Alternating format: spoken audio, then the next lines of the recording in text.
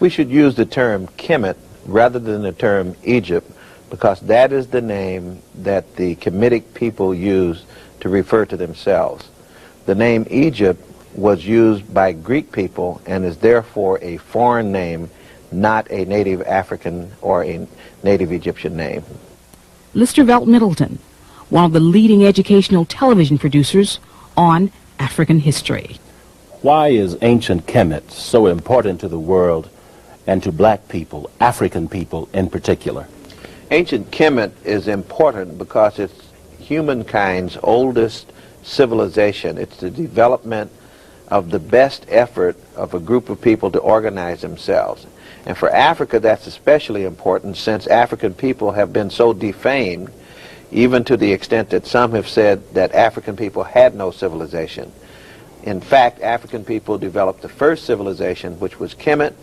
It is as important to African people as Greece is to European people. What did these Africans develop in the way of science? And well, of course, in the development of civilization, we would refer to Kemet as a high technical civilization. The sciences, as we know them, were well advanced in Kemet. Thousands of years before they had that kind of development before. The art of writing, astronomy,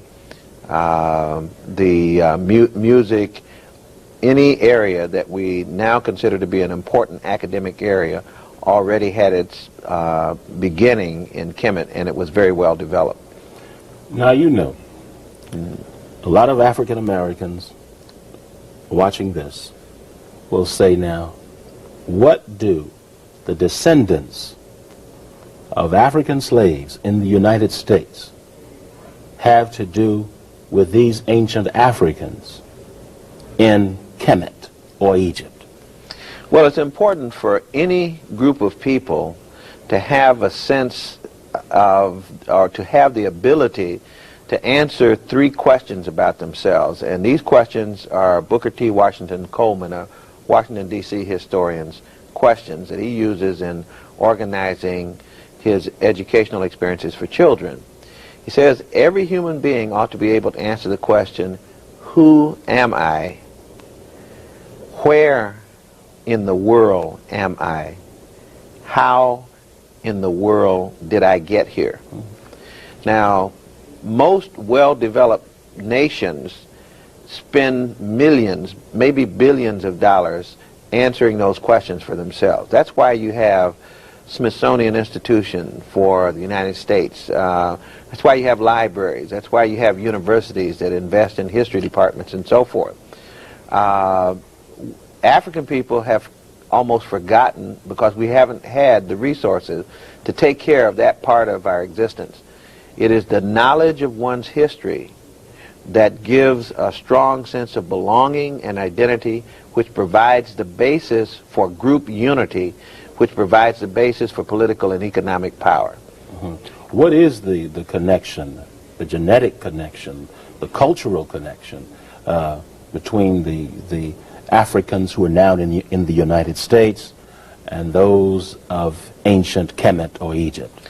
Well, it's fairly clear that the pattern of movement of people on the African continent, and it moves from... we'll go to the map.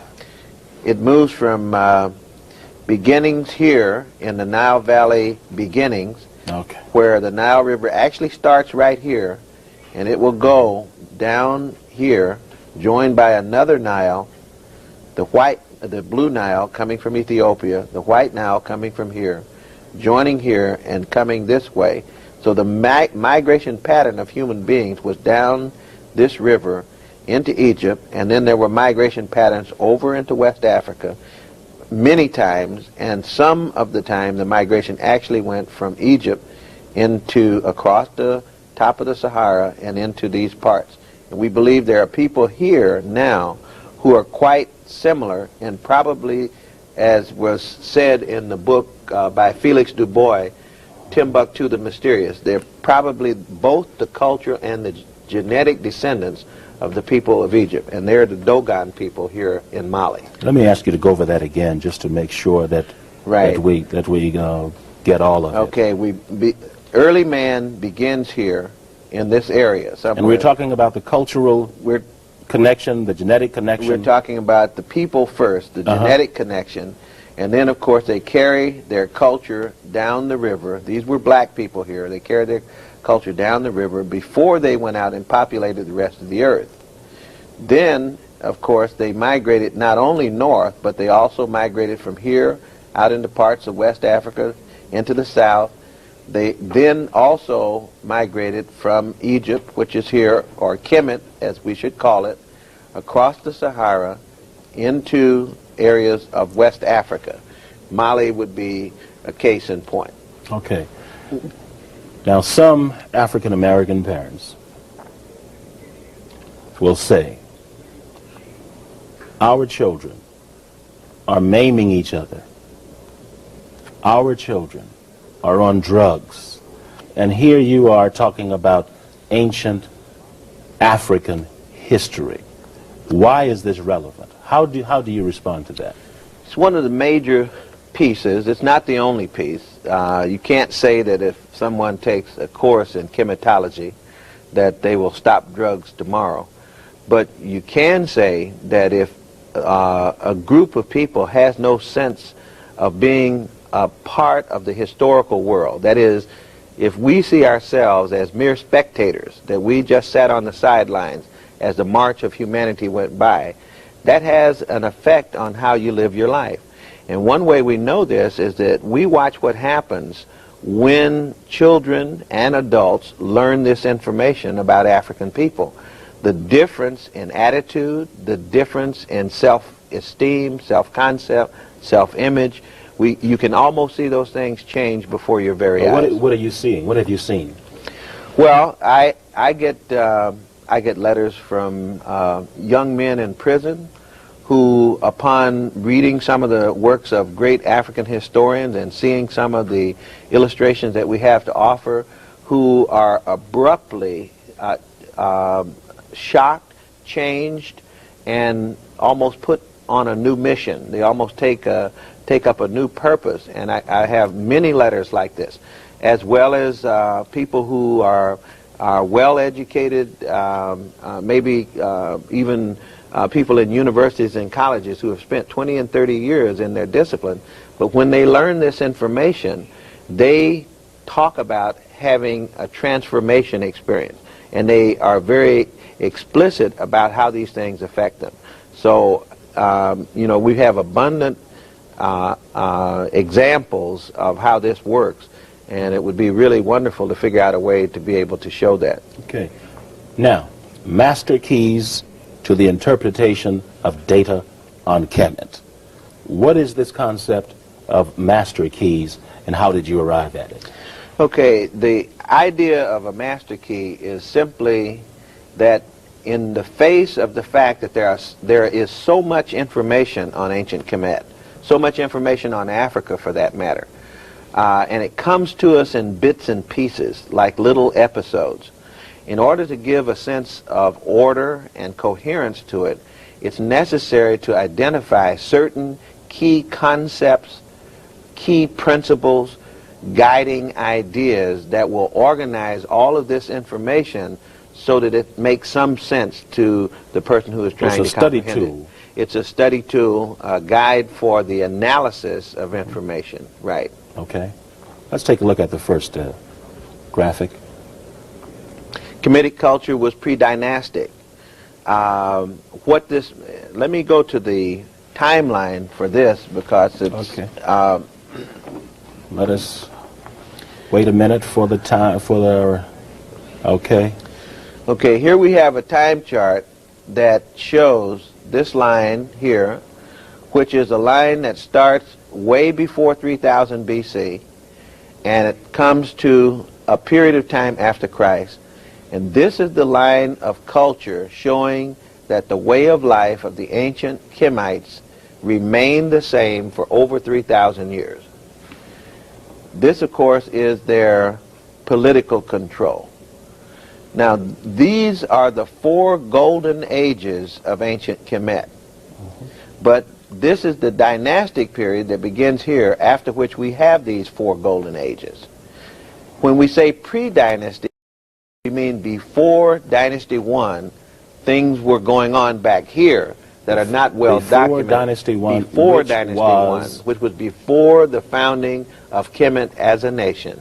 In the year? And this would go back as many years we don't know. Some people say another 5,000 years. Some say another 20,000 years. In fact, the Kemetic historian Mir N. Jehudi, or Manito, suggested that you could go back to 25,000 years at the time that Kemet was ruled by the gods, and then finally by these wise people, and then finally it was organized as one nation in Dynasty 1. So, for example, we know that not 3000 BC, but at 4236, or some people say 4241 BC, the calendar that we use now was already in operation in the Nile Valley. 42,036 or 4241 BC. That calendar was already in place. That is an incredible thing to realize the technology, the mathematics, the number of years of observation that it would take to create that calendar. And that shows that the culture is older than the nation, in other words. So Kemetic culture is pre-dynastic. So the main point of this master key is that we should look in Africa for a long period of development, and we should not begin our analysis with the beginning of the nation of Kemet. We should look for what went before it. Okay. Okay, the New York Times had an interesting article which was about the oldest nation in the world, and this is an example of what I was just talking about. Back to the chart. Here is Kemet, 3100 BC, beginning, but in the New York Times they tell us there was another nation that is somewhere around 3500 BC, at least 200, maybe 300 or 400 years older than Kemet. There's this nation called Tasseti, and this nation is further up south on the river in an area called Nubia, and that is called the oldest monarchy in the world. And of course they excavated the graves of these kings in Nubia, and these kings in Nubia were said to be tall, black-skinned people. The goddess Isis and her child were already in place at the beginning of Kemet. Which was, you said? Which was Already 3100 BC. Dynastic, and then that's dynastic Kemet. So dynastic Kemet begins after the religion that was the primary religion of Kemet had already been created. So when you go to Tasseti, for example, there is God Horus. This child that's being held by the Virgin Mother is already recorded in Tasseti, south of Kemet, and it's much older than Kemet. So the religion is in place, astronomy is in place, writing, the hieroglyphics or Medu Neter is in place. All of those things are already in place. So the culture is in place before the political organization of Kemet as a nation. Okay. Osiris is the god who was associated with Isis, the husband of Isis, symbolically. You see Osiris here with the shepherd's crook and the flail, and he was then the supreme god who was married to Isis. So that becomes the god who is married to a virgin, and they have an offspring, and so we have the first holy family. And so that's an example of a religious story that is similar to the Christian story, but it's 3,000 years older than the Christian story. And is there a resurrection element here also? Osiris was resurrected. He was crucified by his brother, cut up into 14 or 28 pieces, depending on the story. His evil brother Set, jealous of him for several things, cut him up, and he was, again, he was risen from the dead to rule over the dead. and that was the story of Osiris. This is the earliest story of the resurrection. Before the Christian. Again, that goes back about 3,000 years before Christ. Okay. Master key number 2. Okay, the second concept that we need to keep in mind, Kemetic culture remained intact through the 7th century A.D. The culture, that's this cultural line that I showed you on the chart. And if we can go back to the chart here. Okay, let's hold it a minute. Let's let our people get in place. Okay. Okay. So here's the 3,000-year line. It stays the same, the way of life, this religion, this philosophy, up to this point right here. And it's at this point that we get a rather abrupt change in the culture of Kemet. The reason for it is that the conversion of Africans in Kemet to the religion of Islam. This is after the Prophet Muhammad, and then you get at this point a change in belief, but you also get a change in population at this point. You get large numbers of Arabic-speaking people, people with Arabic culture, that come into the Nile Valley and join those that were already there and give to what is now Egypt, rather than Kemet, its essential character, which we see still present in Egypt today. Okay, let's go on. Okay, on the third master key, generally in Kemet, if you look at the data, the older things are, the better they are. In other words, the first cultures were more perfect than later cultures. So if I go to this time chart here, and I get back to Dynasty 1, come to Dynasty 3 when they started building pyramids, the earliest pyramids are the best pyramids, and they're still standing. Okay, let's see if we have an example. The last pyramid, here's an example of the early pyramid, the Step Pyramid. That's the first pyramid. That pyramid is still standing. It was not the most perfect pyramid. The most perfect pyramid would be the Great Pyramid. And the Great Pyramid is that one in the far part of the slide. And that is the Pyramid of Giza. But we see two other pyramids with it. Now, these are some of the best formed pyramids. These pyramids would be around 2500 BC. After this, there were about another 75 or so pyramids, and they began to deteriorate in quality. So that's one example of older being better. Well, we have this graphic up there, the pyramid. How tall is that? That pyramid, the Great Pyramid, is about 43 stories tall. Built when? The Great Pyramid was built around 25, a little longer than 2500 BC. Okay. If we look again at older is better, if we look at the text, this is the text of the oldest Bible in the world, written on the walls of the tomb of Unas. And if you read what becomes from this and other tombs, a book called the Book of the Dead. Its formal name is the Per Imhru, or the Book of Coming Forth from Darkness into Light. Then you'll see that, for example, you see no pornography there. You see, in fact, you don't even see pictures there. You see pure text. And if you go back, the text was pure, not only in written form, but in symbolic form. It was better looking text. It looked better as it was carved into the walls and colored, and some of those colors are still there. Okay. And in addition to looking better, the ideas were less contaminated with superstition and what have you. Okay. We see, for example, older is better here again in terms of the temple at Saqqara. This is the funerary temple at Saqqara of King Zoser that was done approximately 2700 BC. And we see here also the antecedents of Greek architecture.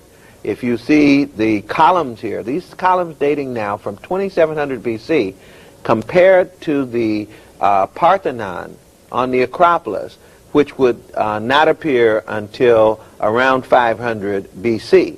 So here we have something more than 2,000 years older than that building that we call the Parthenon in Greece, and it's already present in the architecture. So when we see Kemet. columns, we're seeing African. We're seeing African columns. They're copies of African architecture. Okay. The fourth master key is that you always have to remember when looking at any information from Kemet that their orientation was up south. Are you going to be using the map for this? We can show you on the map let our folks get in place. Okay, go ahead. That that this river starts here and goes this way, which means it flows from south to north, so it's going downhill when we go this way. That means it's going uphill to go this way.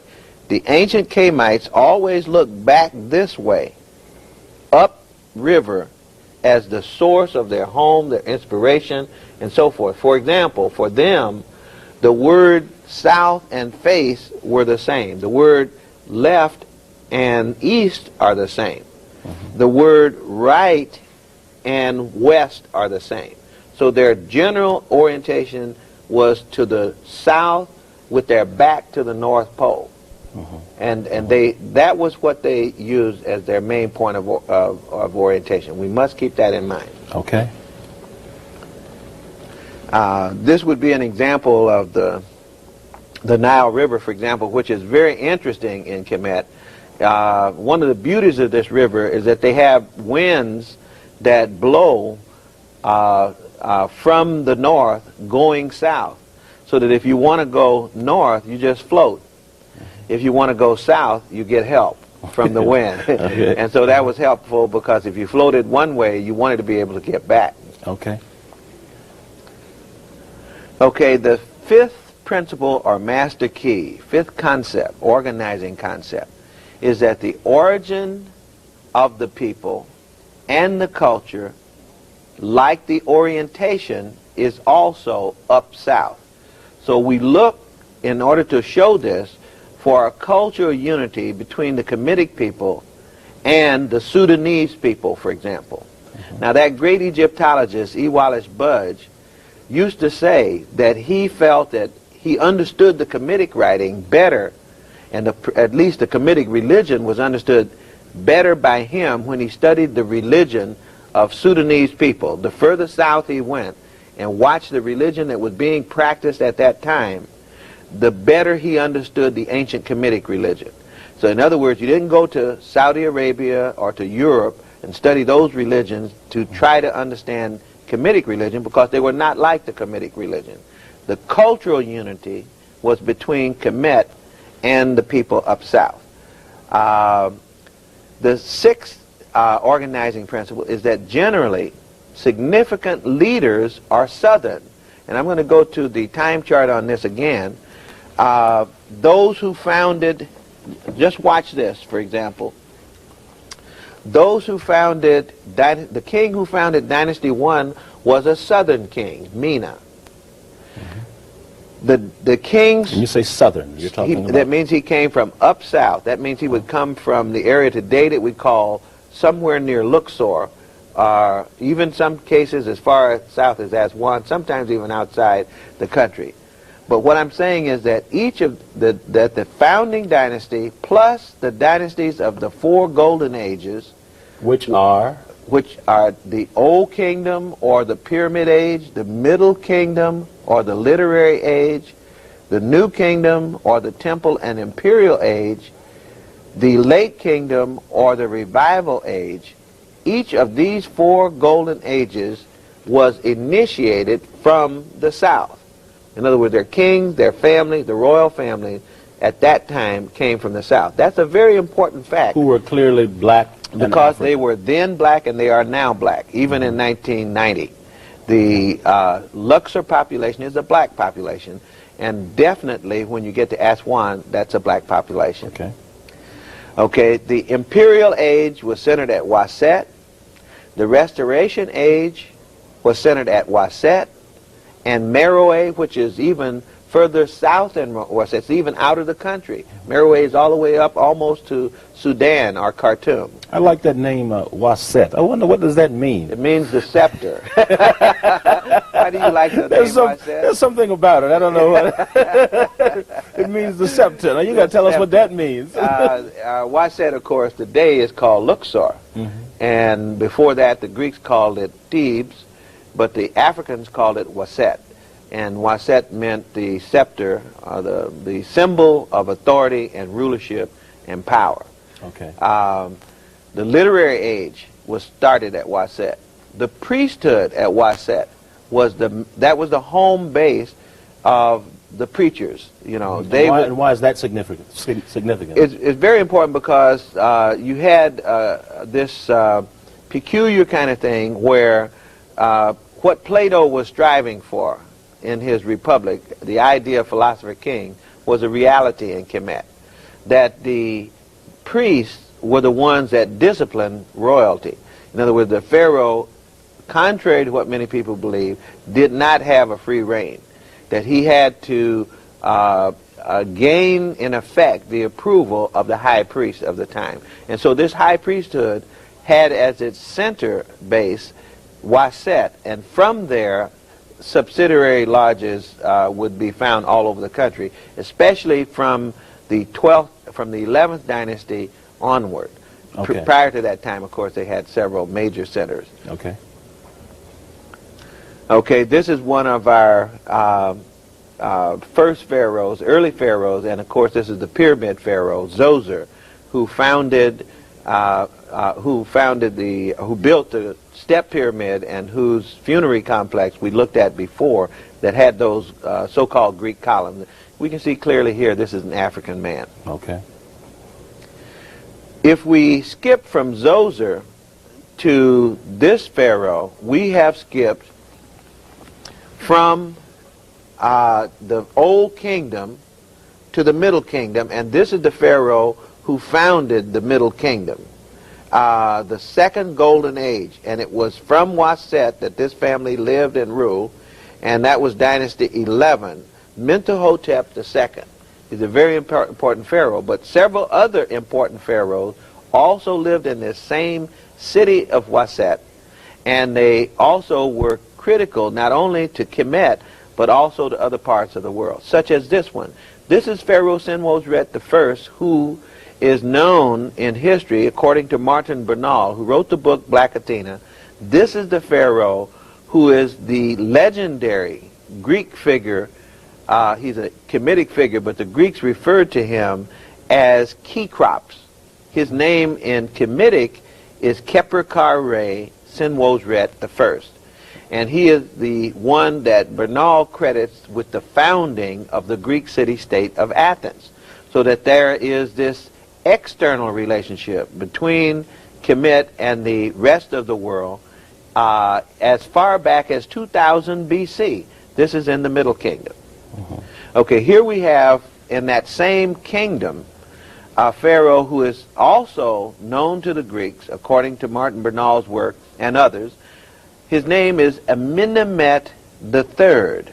And Amenemhet III is that legendary character who fought with Agamemnon in the Trojan War. In the Greek-Trojan War, we had Ethiopian troops, and Greeks called Kemetic people and other Africans black people, and the word for that in Greek was Ethiopian.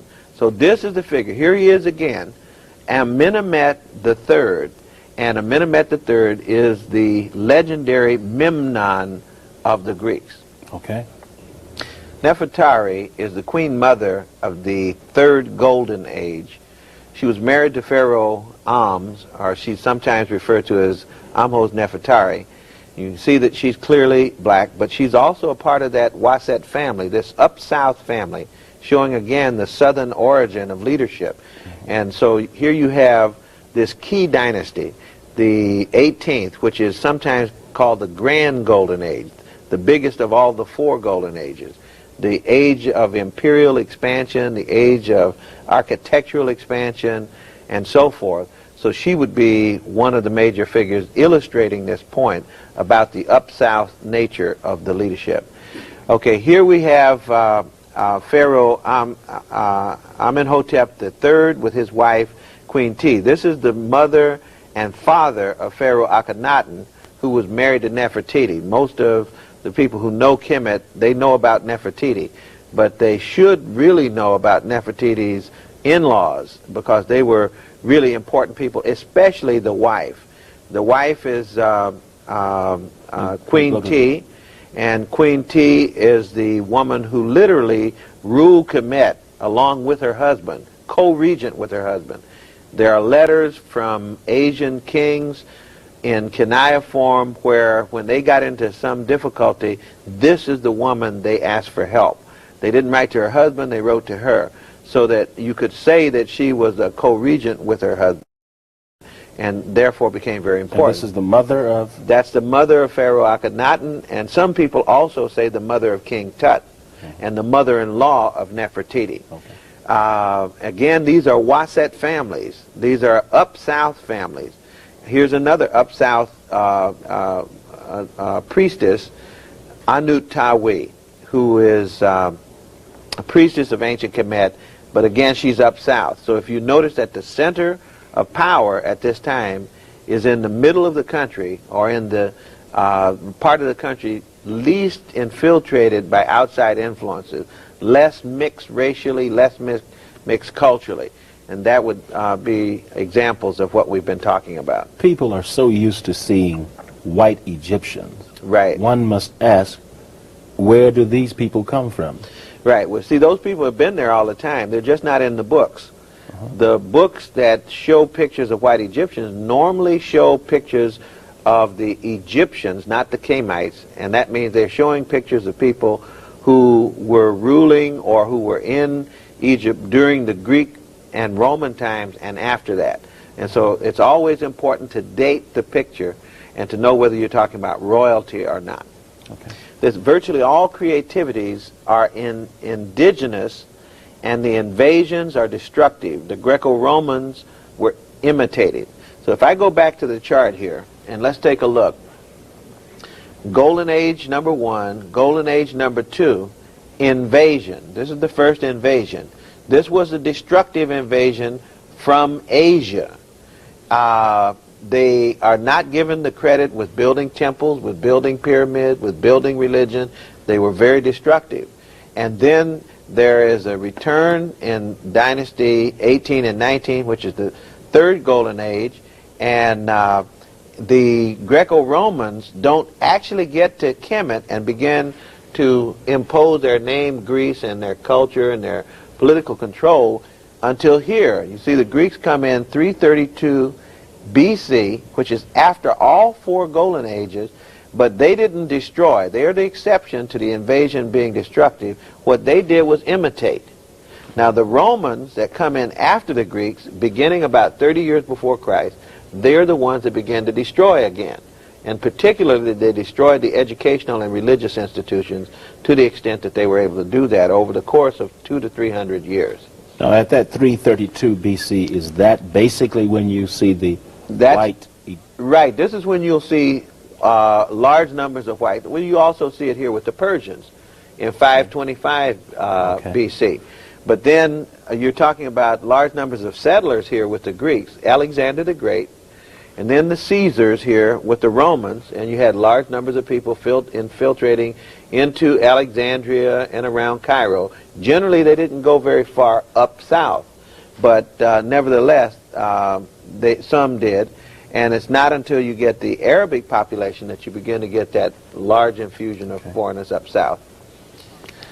Okay, this is part of the literature during the period of the in fact, this dates all the way back to the beginning of Kemetic times. But that this was in place. This would be in place, and it's part of the culture all the way through, and it's an example of what people destroyed. You know, the invaders were destructive rather than creative. They didn't create this religion, it was already in place. The Egyptian Book of the Dead deals with what?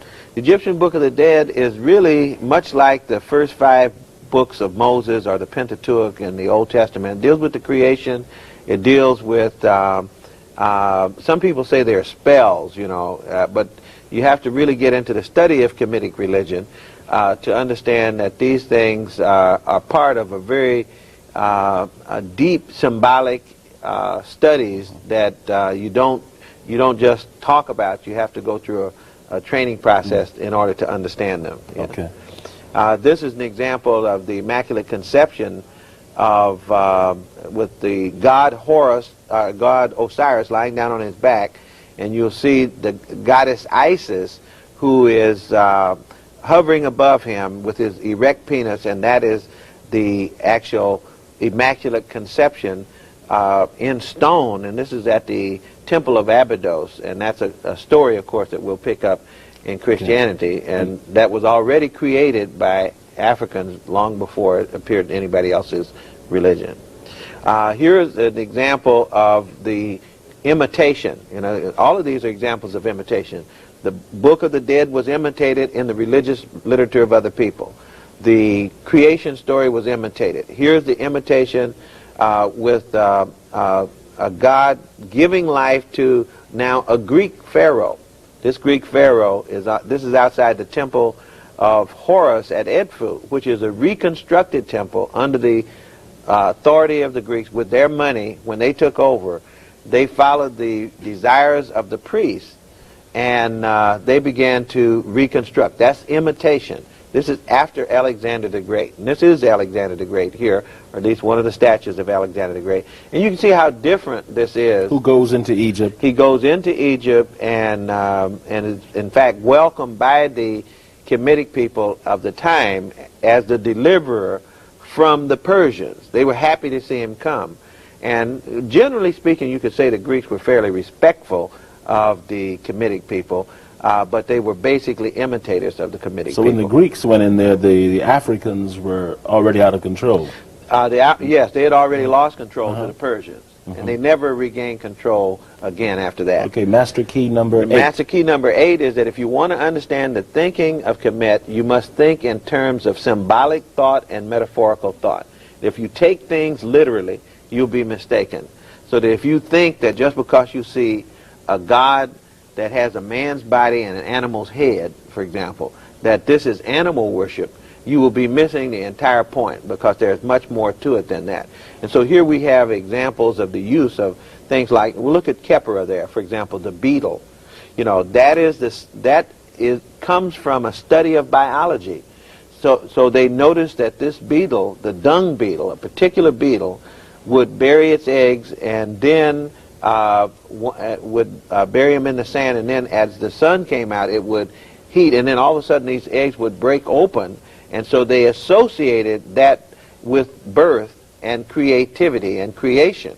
And so the Khepera then becomes the God who is coming forth. So you show the beetle, but you don't mean beetle, so you're not worshiping a beetle. You're using the beetle as the symbol of the idea of creation. Okay. This is another example. Here's a man with a dog's head. You're not worshiping the animal, the dog, but that dog, the jackal, according to Schwaller de Lubitz and others who studied this, is the symbol he is used as a symbol associated with the preparation of the dead, in this case, embalming. His name is Anpu, or some people, the Greeks call him Anubis. That dog is the symbol, is used as a symbol because he can dig up dead meat and eat it before it putrefies and is of no value, so that he makes fine distinctions. He can discriminate between what is life-giving and which is life-taking. And so they say, well, why not use him as a symbol for judgment, for making fine judgment? So you see him here, but you will also see him at handling the scales of justice, where the heart of the deceased is weighed against the feather of truth. So that is a symbolic thought, not to be taken literally. But most people who try to study Kemetic religion tend to try to take it literally, and they will make a mistake every time. So aren't Christians sometimes referred to as the sheep and the shepherd? Sheep and the shepherd, right? In Christianity, and you don't expect that people are actually calling people animals, right? But they are manifesting sheep-like qualities, you know. And the shepherd is acting in relationship to people the way the shepherd acts in relationship to sheep. Okay. Okay, the last, not the last, but the ninth master key. Science generated religion, philosophy, and general culture. In other words, it's really important in looking at ancient Kemet to know that the basis of the culture was totally scientific. In other words, pay painful observations, tireless observations over literally thousands of years, produce insights into how nature works. And it's nature's pattern that reflects a divine will, according to the Kamites. And so when they expressed religion, what they were trying to do was to capture the essence of what they had understood through revelation from scientific study. And so it's extremely important to realize that it was through the work of science that people became spiritual. We have it almost backwards in Western culture from this particular point of view. In other words, we receive, in many cases, religion without having to do anything for it. We don't have to study anything other than catechism, so to speak. But with the exception of a very few religions, few seem to have an idea that study of the natural world is in fact also associated with study of the spiritual world, and that one depends upon the other, or both depend upon each other, if you would put it that way. So that's a very important point. Okay, Master Key number 10. Number 10 is that the Kemetic people, I mention this because so often you hear interpretations of Kemetic religion as being a polytheistic religion, and without getting polytheistic meaning the belief in many gods as opposed to the belief in one great God. And again, you can believe whatever you want to believe, but just to be historically accurate, the Kamites were always monotheistic, never polytheistic. And because people don't understand Master Key number 9, symbolic thought, they misinterpret this principle. And they see with all of these different gods, instead of seeing different aspects of one God, they see different gods. And to the ancient Kamites, they were people who tended to think holistically, and there was always a great hidden God who had many powers or manifestations. There was no difference between, for example, in thinking in holistic terms, between science and religion. They were all the same. You couldn't separate science from religion. Between the sacred and the secular, all life was sacred. So there's no secular, we'll behave ourselves on Sunday and let the rest of the week take care of itself. No caste system, no church-state separation, no school, science, and religion separation. The idea of the separation of church and state would have been unthinkable to the Kamite. So that they thought holistically, and at the center of that holism was a spiritual base, because their whole purpose of the society was to seek the divine. Okay. Okay. Another master key or principle is to be aware of chronological order, especially the golden ages, and compare the golden ages to the period. Let me go to this chart here, because we've talked about this before. Okay, 1 minute. If we look at this is chronological order: 3000, 2000, 1000, birth of Christ, 1000 after Christ, and 2000 after Christ. Well, if we look at the golden ages of Kemet, first golden age, and compare it to the period, we look at the pictures of the pharaohs who were here, and we compare it to the absence of data here. For example, there's very little data about this intermediate period. Although it wasn't a foreign invasion, it was an internal upheaval. This is a period of disorder, so you have very little to point to. You don't have great pyramids of this time, the 7th through the 10th. Great temples, the 7th through the 10th dynasty. But when you go to the 11th and 12th dynasty, suddenly you have this explosion of literature and culture again. Then you get this invasion, and that's where you don't have any. Try to go to a museum and get something from the 13th, 14th, or 15th dynasty. You can't find it. Then ask yourself, in the dynasties where you have the data, who were the pharaohs and the queens? That's what I've been showing you. Same thing here. Suddenly the 18th and 19th dynasty are the grand dynasties. Ramesses II, Nefertiti, Tutmosis, all of those. Look at who's ruling, and then here's the period. This is the second intermediate period of an invasion. This is another period, the period being the gap between the golden ages. And you could also call this a period, too, a kind of a late period, which is after the 25th dynasty, which was a native black African-led dynasty. And this is a period, and then you know that that if you look for the people here, you'll see Alexander, you'll see Persians, and you'll see so-and-so. But the high-tech, high-developed periods are always the native periods. And so it's very important to keep the chronological order. Otherwise, you will have people who will confuse what was happening in Greece with what was happening during the Pyramid Age. And you'll have people saying that Africans got help building the pyramid. And there was nobody, no major group of people, no large group of people, even in Africa at the time of the pyramid, other than African people. That's why you have to have the chronological order straight. This is the remainder of number... Okay, and the rest of that, note that the Greco-Roman period comes at the end of Kemet. Cultural Kemet is still in operation. In other words, during the time of the Greeks, the Kemetic people were still operating their culture. The Greeks didn't change that. Although the Greek culture changed. Greek culture changed because they came to Africa and copied African people. Also note that this period, being the most recent, is the source of most of the material in museums. So this will confuse you. If you go to museums, you'll see many busts of Greek people dressed up like Africans, Roman people dressed up like Africans.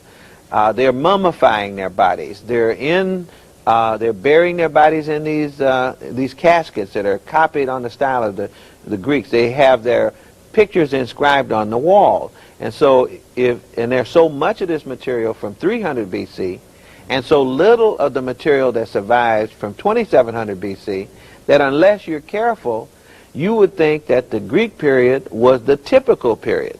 It is not the typical period. It's the exceptional period. Okay. Let us go on. Right. So this then sums it up as the dynastic chart. And then we can see where the Greeks and Romans fall in this, and you can see that they fall clearly toward literally after all the developmental periods are over. There is literally no Kemetic cultural development after the 25th dynasty. Okay. After that, it's all imitation or destruction. Okay, master key number 12. Master key number 12 is that in order to get a real picture of who the people were, you need to get as many pictures of a king, queen as possible. More than one picture. Like with Nefertiti, we only usually see one picture. If we see two pictures of her, you will see that the one picture has to be in error. Okay. So that you always get as many pictures as possible so that you can sit them side by side, and that will give you an answer to the question of whether these were black or white people. Okay. So if you look here, this would be a picture of Amenhotep II, the second, the grandfather of King Tutankhamun. The next slide will show Amenhotep the third, the father of Akhenaten and King Tut. And so if you show this as a family sequence, then you begin to get a sense of what the racial makeup is. This would be Amenhotep III and his wife T, which we showed before. The next would be their son, Akhenaten. So you can see if we put them together now, then the son looks like the parents. If you see this picture of Akhenaten by himself, many people can't explain him except as a departure from the norm, as they've said. So if we look at the next slide, we'll see...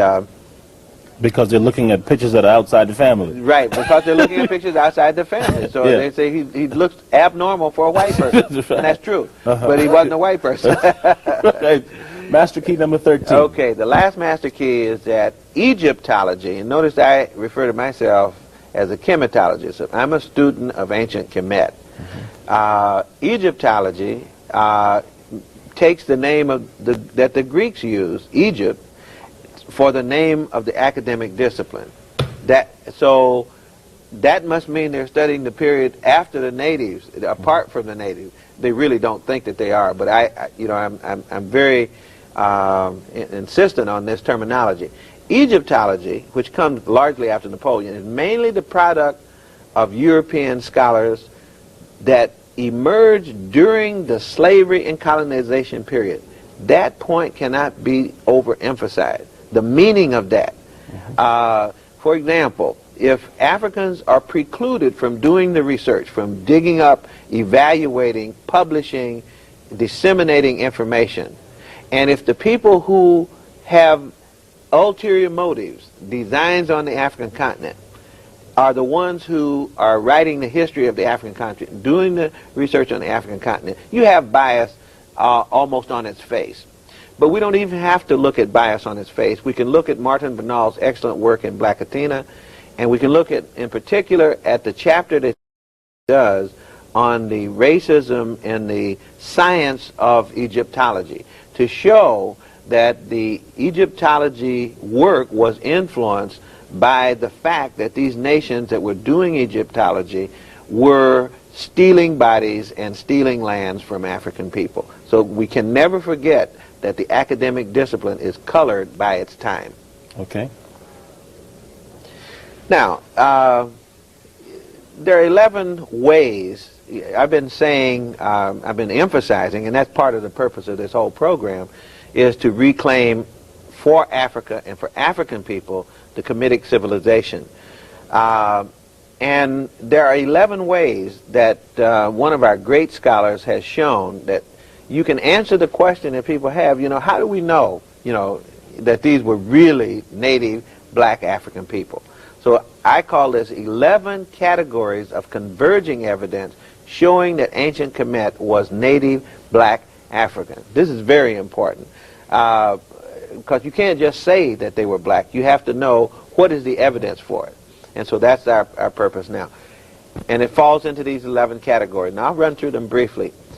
Evidence from physical anthropology. This is Cheikh Anta Diop's first point, that if you measure the skulls from graveyards before the nation of Kemet, and that population didn't change after Kemet got started, that the skulls in terms of their length, width, face, nasal length, cephalic index, and so forth, that what you find is that those were black people. In other words, that's some people would argue that they were a mixed group, but then you would have to, if you use that criteria, those criteria, then you would have to say that most African Americans are not black people. But in other words, because there will be a range of skull shapes, a range, maybe if you could see the skin color, which you can't, there would be a range of skin color, changes in facial angle and things like that. So there would not be what they call the true Negro, whatever that's supposed to be. Right. But Cheikh Anta Diop went through that evidence quite well, and it's reported in his article, The Origin of the Ancient Egyptians, and that's a very important article for people to get.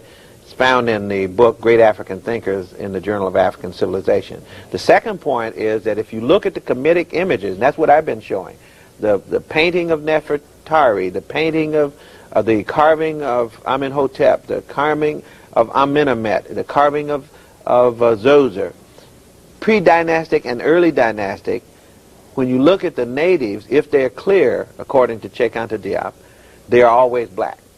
And I think I showed that by picking the golden ages and sticking with them. Okay. The third way that we know is that you can actually find mummies and test the mummies for the amount of melanin content in the skin of the mummy. And Cheikh Anta Diop created the melanin test, did that test, and found that the mummies that he was able to test were in fact black people. And here's an example of Tutmosis I. Here's the example of... There's another one. Yes, here's the example. This is Tutmosis IV. He's even darker than Tutmosis I. These mummies are black-skinned, and some people have argued that, well, they're only black-skinned because of the way they embalm them.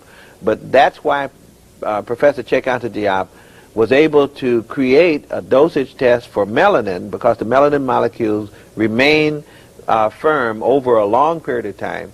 And he did that and showed that the mummies were indeed black, the ones that he tested. And if he had been able to test the others, we feel certain that the same thing would have been true. Okay. Then this is bone evidence. There is a rule by one of the old Egyptologists and paleontologists that said that the typical Kemetic type was short arm and negrito, if you look at all the skeletal remains. Then the fifth... we'll go to the next. I think we can go to the next. This would be a slide of the from the tomb of Ramesses III, showing the two black figures in there. One is Kemetic and the other is Nubian, showing that there's no difference between the Camite and the Nubian, but the other two are Asian and kind of European, and there is a pictured difference in that tomb between the Asians and Europeans, but not between the Egyptians and the Nubian. Okay, the fifth way that we know is that you can still check blood type in the skins of mummies. And so what you're looking for, if they were black, you're looking for blood type B. If they were white, you would be looking for blood type A. That work, to the extent that has been done, according to Cheikh-Anta Diop, shows that the Egyptians, even today, are mostly B. And that there's no point where we ever had a predominant or even a significant A population in Kemet, as far as any evidence. Then, after the blood group, the next category of proof has to do with the testimony of classical and Greek and Roman authors. So here's just a list of some of the people who saw the Camites with their own eyes. Herodotus saw them in the 5th century BC. Aristotle saw them in the 4th century BC. Lucian saw them in the 2nd century BC. Strabo in the 1st, and Diodorus in the 1st century AD. All of them referred to the ancient Camites as black people. So it would be not until, according to Bernal again, in his study of why some scholars seem to be saying something different. He said they changed the story at Göttingen University beginning around 1750 when Göttingen was founded.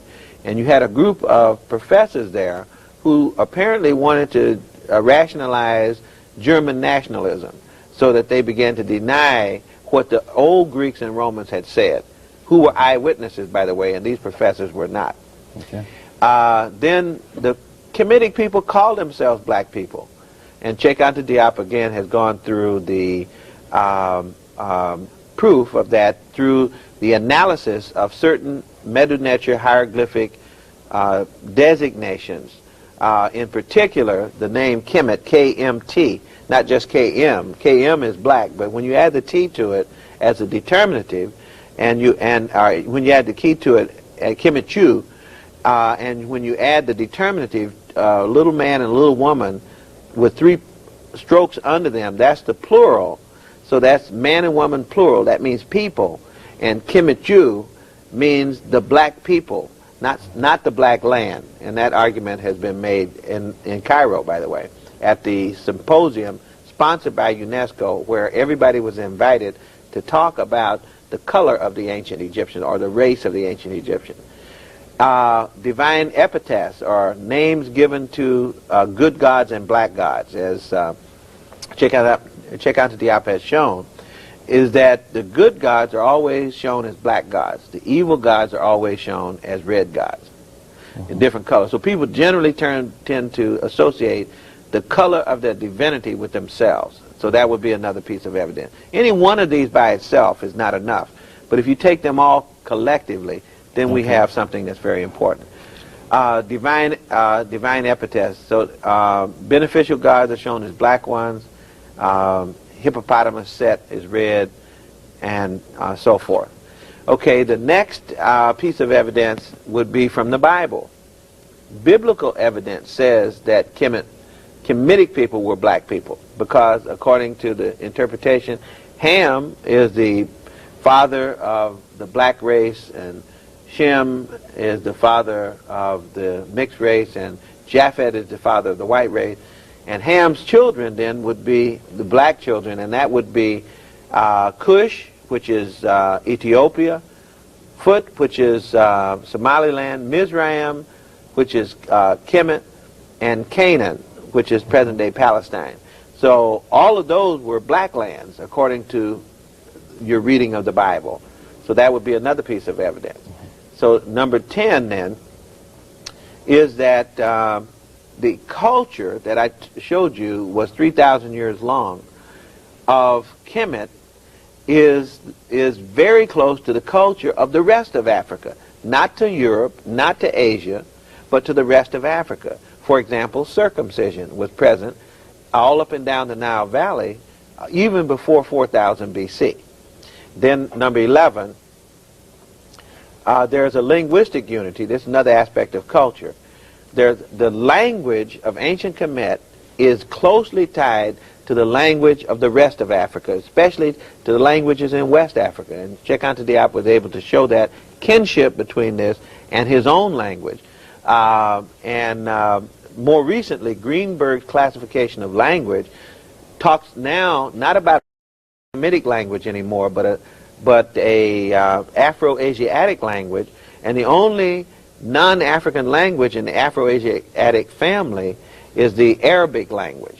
But all the other languages, Chadic, for example, Kemetic and Cushitic, that's Ethiopian, Egyptian, Chad, Libyan, those languages all fit together as a family of languages, and they are basically all anchored on the African continent. So to say Afro-Asiatic is really kind of misleading because there's not much Asia in any of those groupings. So the unity of language also shows the unity of culture and suggests the unity of people. Okay, now you've talked quite a bit about this chart. You referred to it quite a bit. Right. But I want you to go through this chart and give the right. chart its own special place. Okay. You want the chart to have a special place in the program. That's right. That's because your people work so hard to create this. That's right. Okay. Okay, this is a summary then of the Kemetic timeline related to other important African events. Once again, cultural Kemet, over 3,000 years. Political Kemet is a shorter period of time. In other words, the nation gets organized here, and they go through some troubles, but basically natives control during these 4 golden ages. Breakdown period, a foreign invasion. Abraham is given a date, according to biblical scholars, is somewhere around 1750, just so people who know their Bible will know where that falls. And it's suggested that he may have come in with this invading group. And Moses is around 1300 BC, somewhere around there.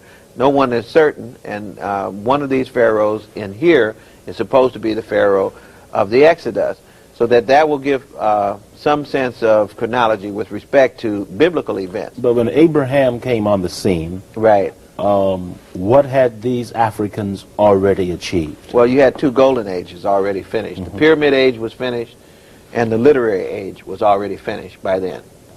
The Bible was in place, the pyramids were in place, astronomy was in place, language was in place, writing was in place, etc. The Africans there, they already well believed on in their resurrection. Way. Already believed in one God, and they already believed in resurrection. Right. Okay. Yeah. Okay. The Persians then come in here, and this is the death blow to ancient Kemet's governance, not to its culture. See, the culture still lasts. That's this line here. Here's the Persians, and the culture, they didn't change the way of life. The Greeks come in, they didn't change the way of life. The Romans came in and tried to change it, but didn't change it substantially, even though they destroyed temples and schools and churches. The way of life didn't really get changed until their conversion to Islam down here. So that we will now, let's take a look at this. European slavery doesn't really start until 1500 AD. And so here's all of this ancient African history back here that's left mostly out of our children and our adults' education as well. Arab slavery needs to be put on the board too, because in East Africa there was a very vicious and brutal Arab slavery in East Africa.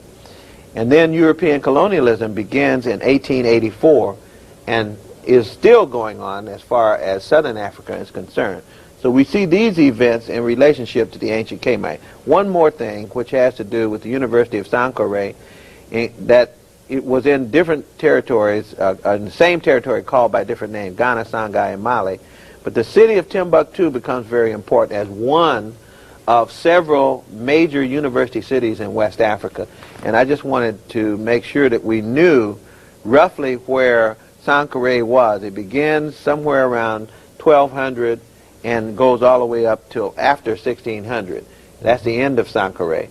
And this is important because it was a great university in the ancient world, and many of its faculty were taken to Morocco, and they had this university, by the way, when many European nations didn't have much in the way of universities at all. These Africans already knew that a mine was a terrible thing to waste. Yeah. Back then.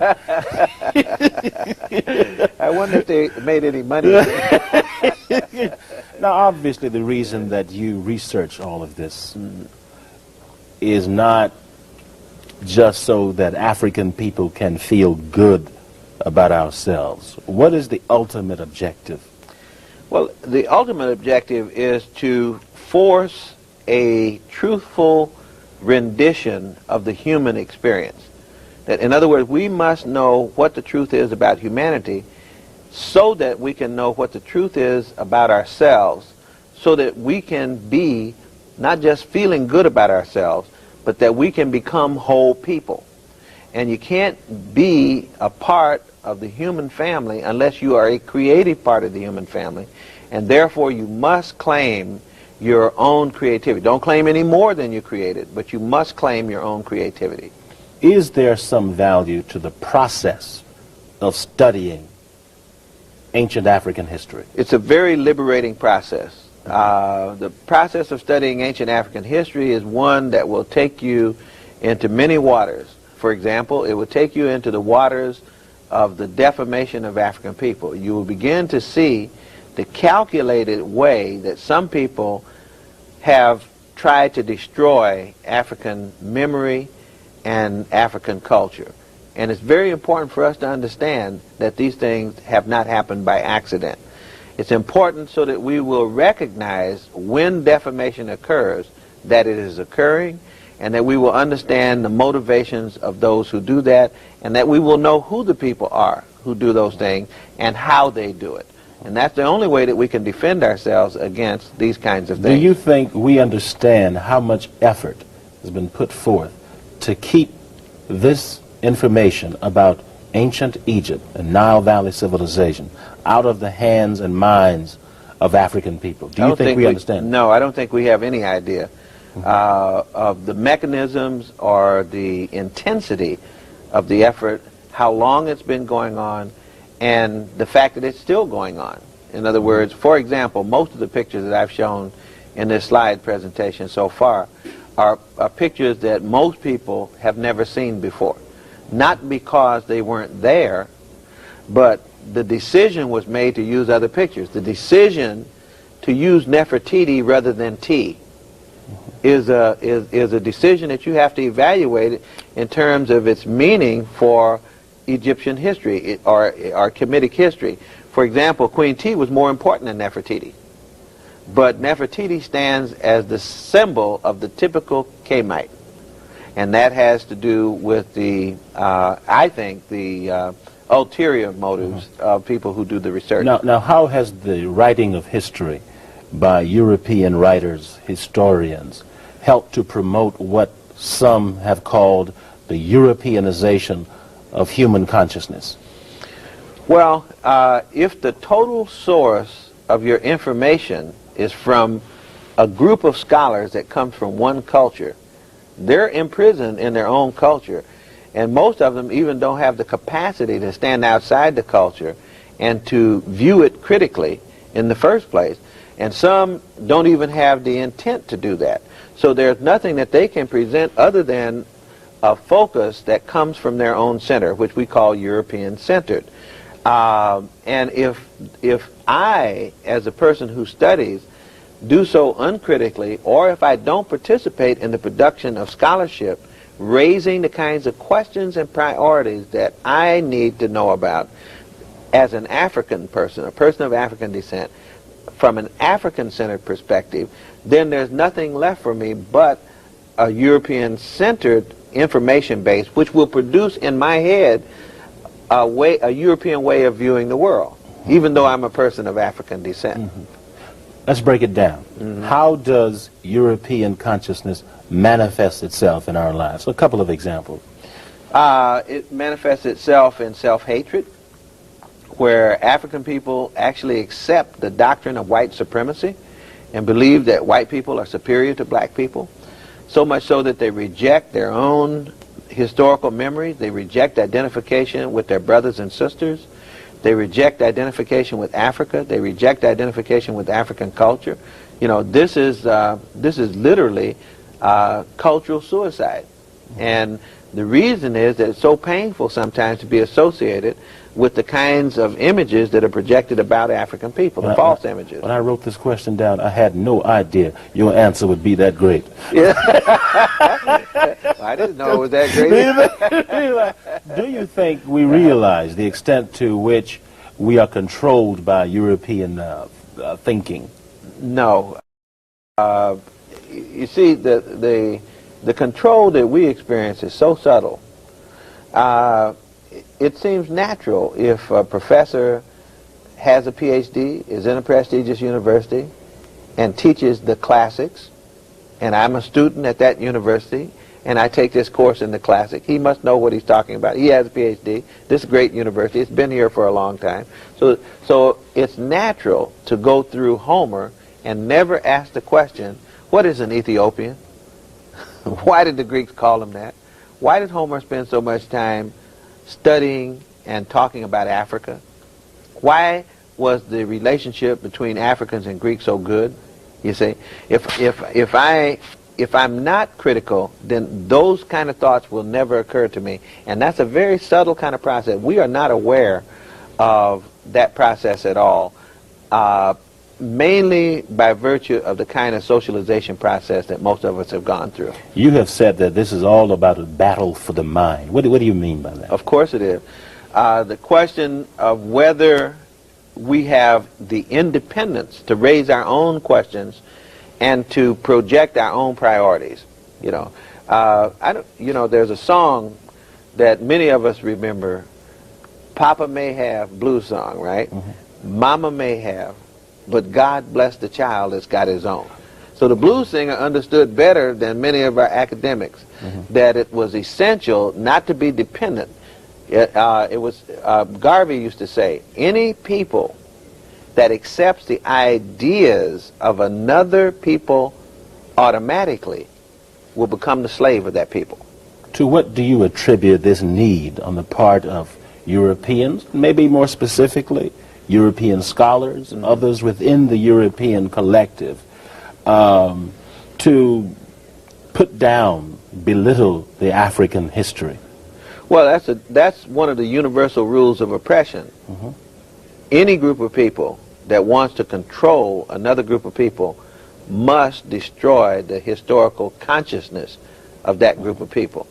Dr. John Clark is famous for saying, it is impossible to continue to oppress a consciously historical people.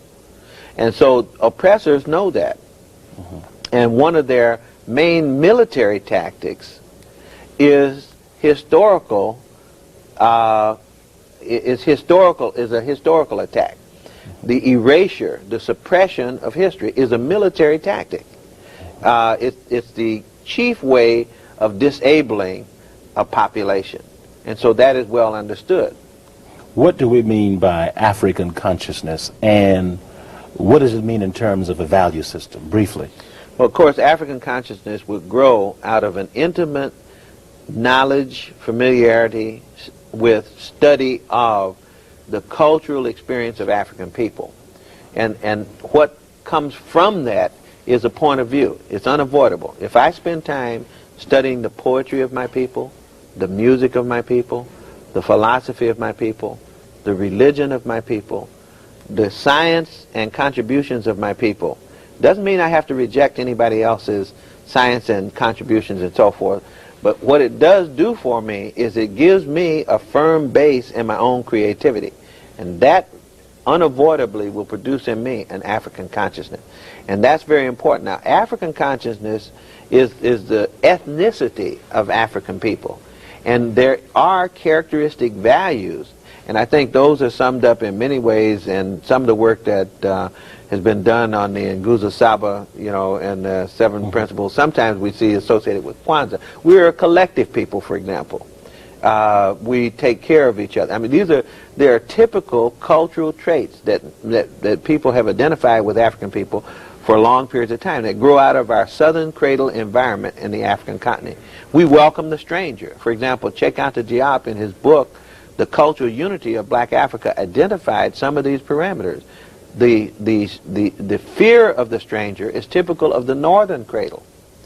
The love of the stranger is typical of the southern cradle. The southern cradle the northern cradle being the European, the southern cradle being the African. The Africans always welcome strangers. You know, you could go to Africa, leave your bag, come back 2 years later. If you left books there, they present you with your books when you came back. You know, that is actually an example that comes from the book, The Strong Brown God, by de Grammont, who talks about this explorer Clapperton, and that actually happened to him, where he had left some things and came back 2 years later, and his things were presented to him. That's how welcome he was made to feel. So there are many values. I can't go into all of them, but this business of people using the study of history to reclaim its mind, its consciousness. How unique an undertaking is that, and how do we know it will work? Well, it's not unique at all. In fact, you name me a successful group nationally, and I will name you a group that's invested heavily in the reclamation of its history. One example of that would be German people, who the Grimm brothers, for example, are said to have collected fairy tales in order to reconstruct the ancient history of German people so that they would have a basis for identifying themselves ethnically as a people to mobilize nationally. That happened with the Jewish people and the reclamation of their history and the development of the State of Israel. It's happened with the Japanese people in recent times and so forth. There is no group of people who ever become strong and powerful without an investment in its history. You have mentioned the positive things that will flow from a study of African history. But are there some negative things that can flow from it? There are some negative things that can flow. For example, if we allow ourselves to glorify at the expense of truth, you know, in other words, we're so hungry for an appropriate positive identity that we begin to give false meaning or false interpretation to the facts of our experience. So, for example, that we would skip over the negatives in our experience. And see, everything isn't positive about Africa. Some things are positive, some things are negative. Say that again. Everything isn't positive about Africa. Nothing is positive totally about any group of people. We have our pluses and we have our minuses like all other people. If I'm blinded by the search for glorification so that I can't honestly appraise what my true experience has been, I will be misguided in the use of history, even though it may feel good. And so that's one of the dangers that, for example, a lot of people talk a lot about we were kings and queens. Yes, we were kings and queens, but we were also ordinary people. We were common folk, and that was just as good as being kings and queens. And we need, if we are going to give value to the experience, to give value to the total experience. And if you have to feel as though you are a descendant of a king or queen, maybe something is wrong. I mean, something is wrong. If that's the only way that you can be ego strong, there's something wrong with that. Right? Yeah. This history, which shows the greatness of African people, frightens some African people. Right. How do you deal with that? Well, and why do you think that is? People who are oppressed, you know, they have something called the Stockholm Syndrome that talks about how hostages react after they come out of captivity. That many of the hostages act almost as if they don't want to come out of captivity. And when asked how they were treated as hostages, they start talking about how well they were treated as hostages. In fact, it's called the Stockholm Syndrome because one of the Stockholm hostages married one of their captors. You know, so there was that close an identification and intimacy between those who oppressed and those who were oppressed. So that is very typical oppressed behavior, to lose track of one's moorings and to glom on, so to speak. So that example says what about the African American experience and the relationship? That many of us may have become too comfortable with a dependency relationship and that independence is frightening. You know, that taking on the responsibility associated with making your own choice, that you not only make your choice, but you have to live with the choice that you make. It's sometimes much easier to have someone else take care of you. So what have you found to be the best way of sharing this information with people who are just now coming into this information? Well, I only know one way to go, and that's straight ahead. And I found that it's straight ahead. It doesn't hurt anyone. You know, I don't mince words. I don't hold anything back. I talk to the children just like I talk to the adults. And I found that people are amazingly strong and able to pick up the conversation if it's presented to them. I don't think you have to